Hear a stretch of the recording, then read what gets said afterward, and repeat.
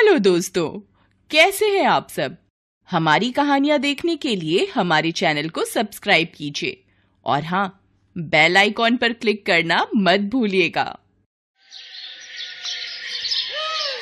सलोनी अपने केबिन में बैठी हुई होती है, तभी ऑफिस बॉय उसके लिए कॉफी लेकर आता है। ये लीजिए मैडम आपकी कॉफी। हाउ डेयर यू, बिना मेरी परमिशन के अंदर आने की तुम्हारी हिम्मत कैसे हुई? तुम्हें कुछ मैनर्स है या नहीं? ओह, वैसे तुम गरीबों को कौन सी सेंस होती है। अब बाहर जाओ और पहले मेरे केबिन का गेट नॉक करो, उसके बाद ही अंदर आना। और हाँ, मे आई कम इन बोलना, तभी अंदर आना। उसकी बात सुनकर ऑफिस बॉय वापस बाहर जाता है और दरवाजा नॉक करके कहता है, क्या बोलना था? वो क्या बताई थी मैडम? मी कम कम मेम साहब। हाँ मेम साहब, मी कम कम। उफ, ये गवार। हाँ, आ जाओ अंदर। ऑफिस बॉय अंदर आकर उसे कॉफी देता है, लेकिन गुस्से में सलोनी वो कॉफी उसके ऊपर गिरा देती है। मेम साहब, ये आपने क्या किया? ये तुझ गरीब की सजा है, समझा?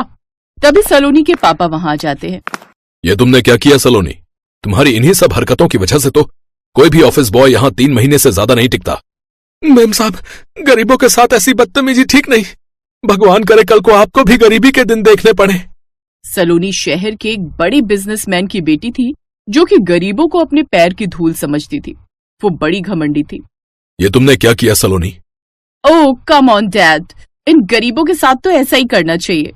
तभी वहां उनकी कंपनी में काम करने वाला रोहित आता है। मे आई कम इन सर? यस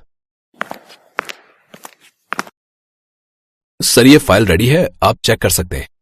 रोहित को देखते ही सलोनी का सारा गुस्सा शांत हो जाता है, क्योंकि मन ही मन वो रोहित को पसंद करने लगी थी और रोहित भी उसे पसंद करता था। लेकिन रोहित उनकी कंपनी में काम करने वाला एक एम्प्लॉय था, साथ ही अपने घर में कमाने वाला भी वो इकलौता ही था। उसके परिवार में उसके माता पिता के अलावा एक छोटा भाई था जो अभी पढ़ाई कर रहा था, इसलिए घर की सारी जिम्मेदारियां रोहित पर ही थी। सलोनी ने बार बार रोहित को शादी के लिए फोर्स किया, जिस कारण रोहित भी उसे इनकार नहीं कर पाया और कुछ दिनों बाद सलोनी ब्याह कर अपने ससुराल आ गई। रोहित का परिवार एक मिडिल क्लास परिवार था, जहां हर खर्च सोच समझ कर करना होता था। शादी के कुछ दिन बाद, रोहित, मुझे 20,000 रुपए चाहिए। क्या? लेकिन क्यों? क्यों मतलब? शॉपिंग पर जाना है। जब से मैं यहाँ पर आई हूँ, मैंने अपने लिए नए कपड़े ही नहीं बनवाए। लेकिन अभी तो हमारी शादी को महीना भर ही हुआ है। शादी पर वैसे भी तुमने कितने सारे कपड़े बनवाए? हाँ, तो मेरा फिर मन है कपड़े बनवाने का। लेकिन सलोनी, तुम समझो, अगर मैं 20,000 तुम्हें दे दूंगा तो बाकी सब घर खर्च चलाने में मुझे दिक्कत हो जाएगी। गुस्से में सलोनी वहां से चली जाती है। उनकी शादी के कुछ दिनों बाद से ही उनमें झगड़े शुरू हो गए, क्योंकि सलोनी की फरमाइशें बढ़ती जा रही थी। लेकिन फिर भी रोहित उसे खुश रखने की कोशिश करता था। ऐसे ही एक रोज, माँ, सलोनी कहाँ है? बेटा, सलोनी तो बाजार गई हुई है, काफी देर हो गई, एक बार फोन करके देख। हाँ मैं करता हूँ। वैसे मैं सोच रहा था अगले हफ्ते सलोनी का जन्मदिन आ रहा है, तो क्यों ना हम घर पर एक छोटी सी पार्टी रखें। सलोनी को अच्छा लगेगा। वर्षा दीदी और जीजू को भी बुला लेंगे। हाँ, ये तो बहुत अच्छी बात है बेटा। सलोनी का इस घर में पहला जन्मदिन है। अगर हम उसका जन्मदिन करेंगे तो उसे अच्छा लगेगा। रोहित बेटा, एक काम कर, मेरे जो मित्र हैं उनका केटरिंग का काम है, वो घर में पार्टी की अच्छी व्यवस्था कर देंगे। मैं उन्हें फोन मिला देता हूँ। तभी सलोनी आ जाती है। एक सेकंड पापा जी, बर्थडे मेरा है तो पार्टी की प्लेस और पार्टी की सारी अरेंजमेंट्स भी मैं ही डिसाइड करूंगी। ये आप जो कैटरिंग और घर में पार्टी का बोल रहे हैं, ये मेरे स्टेटस में नहीं है। मुझे अपने तरीके से अपना जन्मदिन मनाने की आदत है और मैं पहले ही 7 स्टार होटल में बुकिंग करके आ चुकी हूँ। और हाँ, टेंशन लेने की कोई जरूरत नहीं है। सारा अरेंजमेंट मेरे पापा देख रहे हैं। उन्होंने मुझे अपना क्रेडिट कार्ड दे दिया था, मैं उससे बिलिंग करके ही घर आ रही हूँ। बस आप सब तैयार रहना, मेरे बर्थडे की शाम 7 स्टार होटल में पार्टी है, तो आप सभी थोड़ा अच्छे से बनकर चलिएगा, मेरी इंसल्ट ना हो बस। सलोनी, ये क्या तरीका है? रोहित गुस्से में आने ही वाला था कि तभी उसकी माँ उसे रोक देती है। रोहित बेटा, आराम से, कोई बात नहीं। सलोनी का पहला जन्मदिन है, उसे अपने हिसाब से करने दे। हमारा बीच में बोलना ठीक नहीं। अगर वो चाहती है कि हम उसके जन्मदिन पर उसके साथ होटल जाएं, तो हम सब जरूर जाएंगे। आखिर वो इस घर की बहू है। रोहित बेटा, तुम्हारी माँ ठीक कह रही है। और फिर जन्मदिन मनाने से सलोनी की खुशी देखनी है कि वो किसमें खुश है। अब कहीं भी मनाओ, चाहे घर में या बाहर। माँ, मैं अभी आता हूँ। रोहित कमरे में जाता है और सलोनी पर गुस्सा होने लगता है। सलोनी, मैं कोशिश कर तो रहा हूं कि तुम्हें हर तरह से खुश रखूं, पर तुम हो कि बीच में अपने घर वालों को ले आती हो। तुम्हें क्या जरूरत थी 7 स्टार होटल में इतनी बड़ी पार्टी रखने की? तुम मुझे कहती तो मैं तुम्हारे लिए किसी अच्छे रेस्टोरेंट में बुकिंग कर देता, पर तुम हमेशा अपनी अमीरी का रौब दिखाती हो। सलोनी, ये सब ठीक नहीं है। अरे ठीक कैसे नहीं है? तुम जानते हो मेरे बर्थडे के लिए मेरे घर में सबको बहुत इंतजार रहता है। मेरी फ्रेंड्स, मेरे फैमिली मेंबर सब मेरा बर्थडे बहुत धूमधाम से मनाते हैं। एक तो मैंने तुम्हारे घर वालों की इज्जत बचाई है। सब मेरे से बर्थडे पार्टी के लिए कह रहे थे। अब मैं यहाँ छोटे से घर में तो किसी को बुला नहीं सकती थी, और तुम्हारे पापा की बात सुनकर तो मुझे वैसे ही हंसी आ रही है। पता नहीं कौन सी कैटरिंग की बात कर रहे हैं। बस अब मेरा मुंह मत खुलवाओ, और तुम लोगों को मैंने बोल दिया है मेरे बर्थडे वाले दिन शाम को अच्छे से रेडी हो जाना। इसके बाद मुझे इस बारे में कोई बात नहीं करनी। सलोनी के व्यवहार से रोहित और उसके माता पिता थोड़े दुखी थे, पर सलोनी अब उनके घर की बहू थी, इसलिए उन्होंने ज्यादा कुछ नहीं कहा। सलोनी अपनी ननद वर्षा और उसके पति को भी बर्थडे के लिए इनवाइट करती है। सब लोग खाने की टेबल पर बैठे हुए थे। रोहित, ये क्या? माँ जी ने शॉल ओढ़ रखी है। वो तो ऐसे कपड़े पहनकर आई है जैसे दिसंबर की ठंड हो। तुम्हें पता है गर्मी का मौसम है और ये शॉल ओढ़कर आ गई है। सलोनी, माँ को एसी में बैठने की आदत नहीं है, और यहाँ फुल एसी चल रहा है। माँ ज्यादा देर एसी में नहीं बैठ सकती, पर वो तुम्हारे लिए यहाँ आई है। अब यहाँ तो काफी समय लग जाएगा, और एसी में उनसे बैठा नहीं जाएगा, इसलिए मैंने ही उन्हें बोला था कि वो कोई शॉल रख ले। इसमें हर्जी क्या है? सलोनी बेटा, जरा इधर आना। आई पापा। सलोनी बेटा, केक कट चुका है। अपने ससुराल वालों की पसंद का क्या ऑर्डर करना है वो पूछ लो। हम सब ने तो अपनी पसंद का ऑर्डर कर दिया है। पापा, ये सब तो वही दाल रोटी खाने वाले हैं। इन सब ने 7 स्टार होटल का खाना शायद ही कभी खाया हो। पहले वो देखो ना, वर्षा दीदी के बच्चे ऐसे कोल्ड ड्रिंक पी रहे हैं जैसे उन्होंने लाइफ में कभी कोल्ड ड्रिंक पी ही ना हो। सच, कैसे गवार ससुराल वालों को बुला लिया मैंने अपनी बर्थडे की पार्टी में। तभी वर्षा वहां से गुजरते हुए सलोनी की बात सुन लेती है, और वो अपने दोनों बच्चों को समझाकर बैठा देती है। रोहित के मम्मी पापा ज्यादा हैवी खाना नहीं खाते थे, तो उन्होंने दाल और चपाती ही खाई। रोहित का मन थोड़ा खराब था, और वर्षा भी सलोनी की बातें सुन चुकी थी, पर सलोनी के बर्थडे की वजह से कोई कुछ बोल नहीं रहा था। कुछ देर बाद उसे उसके दोस्त दोबारा डांस के लिए बुलाने लगते हैं। सलोनी, आ ना यार, थोड़ा और डांस करते हैं। तेरा बर्थडे है, कितना मजा आ रहा है यार। यार बहुत थक गई हूँ, इतनी देर तो तुम लोग के साथ डांस किया है। अच्छा ठीक है, चलो। सलोनी जैसे ही दोबारा डांस के लिए उठने लगती है, अचानक चेयर के कोने से उसकी ड्रेस फंस जाती है और पीछे से पूरी फट जाती है। सलोनी एकदम से बैठ जाती है। अब यार, मेरे ना पैर में एकदम दर्द हो गया है। एक काम करो, तुम लोग करो डांस, मैं अभी आती हूँ। सलोनी बेटा, मैं जरा तुम्हारे पापा के साथ रिसेप्शन पर होकर आती हूँ। तुम्हें काम तो नहीं है ना? नो मॉम, मैं ठीक हूँ, आप हो आओ। काफी देर तक सलोनी चेयर से जब नहीं उठी तो रोहित परेशान हो गया। क्या बात है सलोनी, तुम इतनी परेशान क्यों हो रही हो? मुझसे तो कह सकती हो। रोहित, मेरी ड्रेस पीछे से फट गई है, और वो इतनी ज्यादा फटी है कि मैं उठ भी नहीं सकती। अब सबसे मैं क्या कहूँ कि मैं क्यों नहीं खड़ी हो सकती? बहुत देर से सब मुझे बुला रहे हैं, मुझे कुछ समझ नहीं आ रहा मैं क्या करूँ। रोहित अपनी माँ और बहन से इस बारे में बात करता है। वो लोग सलोनी के पास जाती हैं। सलोनी बेटा, तुम चिंता मत करो, ये लो तुम मेरी शॉल ओढ़ लो, तुम आराम से खड़ी हो सकती हो। रुको, मेरे पास ये केशवी का रबर बैंड है, मैं इस शॉल को थोड़ा स्टाइल में तुम्हें पहना देती हूँ। आजकल रील में आता है ना अलग अलग तरीके से शॉल को पहनना, मैं उसी स्कार्फ के स्टाइल में तुम्हें पहना देती हूँ।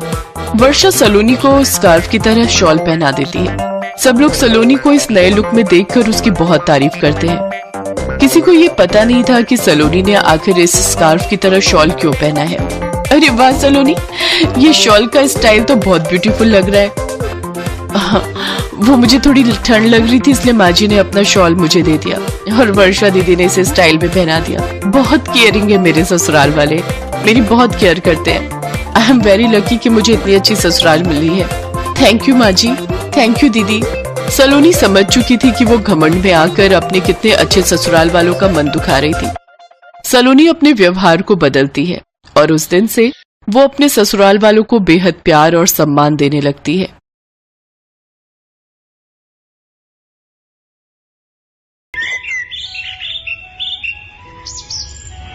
नूरपुर गांव में रहने वाली सीमा और अंकु 2 भाई बहन थे। वो बचपन से ही अनाथ थे।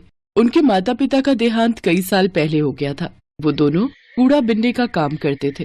दीदी बहुत दिन हो गए, कुछ अच्छा नहीं खाया, आज कुछ अच्छा सा खिला दो। बस इतनी सी बात, चलो मैं खिलाती हूँ। दोनों कल्लू हलवाई की दुकान पर गए और एक एक समोसा खाया। आज तो मजा ही आ गया दीदी, अगर ऐसा ही खाना रोज मिल जाए तो मजा ही आ जाए। नहीं भाई, रोज रोज हम ये अमीरों वाला खाना नहीं खा सकते। हमारे पास जितना है उसी में संतुष्ट रहना सीख। कुछ रोज बाद उस गांव में तेज बारिश आई और उनकी झोपड़ी बह गई। उनके पास जो भी सामान था वो बारिश में बह गया। दीदी आप रो मत, हम सेठ को जाकर बताते हैं तो वो हमारी कुछ न कुछ मदद जरूर करेंगे। वो खड़ूस कहीं का सेठ, वो तो एक नंबर का लालची है, भला वो हमारी क्या मदद करेगा। चलो तो दीदी एक बार हम उनको अपनी परेशानी बताते हैं। उनका सेठ बड़ा ही खड़ूस था, वो हमेशा उनको कबाड़ के बेहद ही कम पैसे देता था। कुछ देर बाद वो दोनों सेठ के घर पहुँचे और सीमा ने मालिक से कहा, सेठ जी कुछ पैसे चाहिए, खाना खाना है, बारिश में हमारा घर और सब सामान बह गया, हम जल्दी कबाड़ा बिनकर आपके पैसे लौटा देंगे। तभी सेठ की पत्नी उर्मिला भी वहाँ आ जाती है। उर्मिला बहुत ही बुरे स्वभाव की थी। पैसे क्या पेड़ पर उगते हैं? सेठानी जी आप जो कहोगे मैं करूँगी, मेरा छोटा भाई है, इसे लेकर मैं कहाँ जाऊँगी? आपकी दुकान के बाहर जो टीन का छप्पर है उसके नीचे ही रह लेंगे। ठीक है रह लेना, लेकिन दुकान के बाहर क्यों? यहाँ हमारे तबेले में रह लेना, लेकिन उसके बदले में तुम्हें मेरे घर का सारा काम करना होगा। रहने के साथ 2 वक्त की रोटी भी दूंगी तुम दोनों को। बोलो मंजूर है? ठीक है मालकिन, मुझे मंजूर है। बारिश का मौसम था। दोनों भाई बहन तबेले में जो खाली जगह थी वहाँ बोरा बिछाकर सो जाते हैं और अगली सुबह घर का सारा कामकाज निपटाकर कूड़ा बिनने के लिए निकल जाते हैं। दीदी आज सेठानी के घर पकवान बनने की बहुत ही अच्छी खुशबू आ रही है, लगता है कचौड़ी बन रही है, आज तो मजा ही आ जाएगा कचौड़ी खा के। मैं तो सोच रही हूँ जल्दी से थोड़े से पैसे इकट्ठे हो जाएं, फिर हम अपनी झोपड़ी फिर से डाल लेंगे, तब तुम्हारी ये बहन तुम्हें अपने हाथों से कचौड़ी बनाकर खिलाएगी। कुछ देर बाद सेठानी 4 सूखी रोटी और रात की दाल लाकर उन्हें थमा देती है। सेठानी आप तो कचौड़ी बना रही थी, अंकु कब से उसकी ताक में बैठा था, उसका बहुत मन था। चुप कर, तू ये अमीरों का खाना है और तुम जैसे भिखारियों के लिए नहीं है। चुपचाप से ये दाल रोटी खाओ और फिर सो जाओ। सुबह 4 बजे उठकर गाय भैंस को चारा भी डालना है तुम लोगों ने। सेठानी वहाँ से चली गई। सीमा और अंकु की आंखों में बासी खाना देखकर आंसू आ गए। फिर सीमा ने अंकु से कहा, तू मत रो छोटे, मैं जल्दी तुझे कचौड़ी बनाकर खिलाऊंगी। दिन भर काम करके भूख लगी थी, इसलिए उन्होंने बासी खाना खा लिया और फिर तबेले में सो गए। अगले दिन घर का काम निपटाकर जब वो कूड़ा बिनने गए तो अंकु ने वहाँ एक चमकती हुई चीज देखी। दीदी यहाँ आओ, देखो तो ये क्या है। सीमा ने जब उसे बाहर खींचा तो देखा वो एक बहुत ही सुंदर कढ़ाई थी। ये कढ़ाई, ये भला हमारे किस काम की? लेकिन बाजार में बेचकर पैसे जरूर मिल जाएंगे। हाँ लेकिन नहीं, हम इसे बेचेंगे नहीं। जब हमारी झोपड़ी बन जाएगी तब मैं अपने भाई को इसमें कचौरी बनाकर खिलाऊंगी। वो दोनों छुपकर उस कढ़ाई को तबेले में ले आए। अपने हाथ में कढ़ाई लिए सीमा अंकु से कहती है, एक दिन मैं अपने अंकु के लिए इसी कढ़ाई में कचौरी बनाऊंगी। दीदी मेरा मन तो अभी भी बहुत कर रहा है कचौड़ी खाने का, काश कि कोई जादू हो जाए और ये कढ़ाई कचौड़ी से भर जाए। उसके इतना कहते ही वो कढ़ाई कचौड़ियों से भर गई। दोनों भाई बहन ये चमत्कार देखकर हैरान थे। इसका मतलब ये कोई जादुई कढ़ाई है, इसीलिए इतना चमक रही है। मैं एक बार और कहती हूँ, काश की जल्दी से कोई जादू हो जाए और ये कढ़ाई मिठाई से भर जाए। उसी पल वो कढ़ाई मिठाई से भर जाती है। दीदी इसमें तो सचमुच मिठाई आ गई, मुझसे तो अब इंतजार नहीं हो रहा। सेठ सेठानी भी सो गए हैं, चलो अब जल्दी से ये खाना खा लेते हैं। उन दोनों ने सेठानी का दिया हुआ खाना भैंस को डाल दिया और पेट भरकर वो पकवान खाए। फिर उस कढ़ाई को ले जाकर तबेले में घास के नीचे छुपा दिया। जब भी उन दोनों को भूख लगती वो कढ़ाई से अपना मनचाहा खाना मांग लेते। साथ ही सेठानी का दिया हुआ बासी खाना गाय भैंस को डाल देते।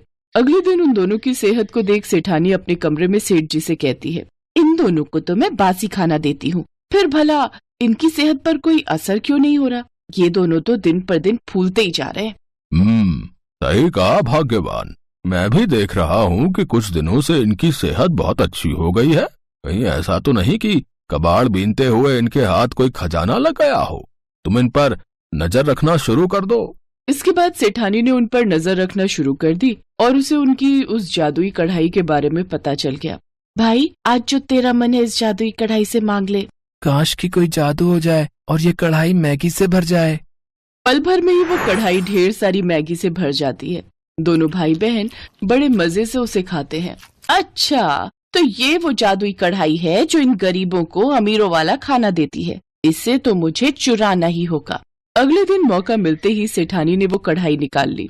देखो जी, ये उन बच्चों की सेहत का राज, ये जादुई कढ़ाई जिसे मैं चुरा लाई। अब देखो, मैं तुम्हारे लिए गर्मा गर्म पकवान बनाती हूँ। ए जादुई कढ़ाई, अपना जादू दिखा और हमारे लिए बिरयानी बना दे।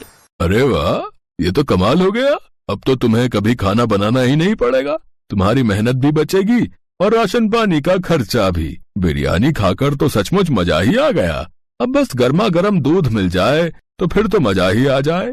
लो, अभी लो। ए जादुई कढ़ाई, जल्दी से गर्मा गर्म दूध दे दे। गरम दूध देख सेठानी ने कहा, ए जादुई कढ़ाई, हमारे यहाँ हमेशा ही गरम गरम दूध की नदियाँ बहती रहे। तभी पूरे घर में गर्मा गर्म दूध की नदियाँ बहने लगी और सेठ सेठानी के पैर उसमें जलने लगे।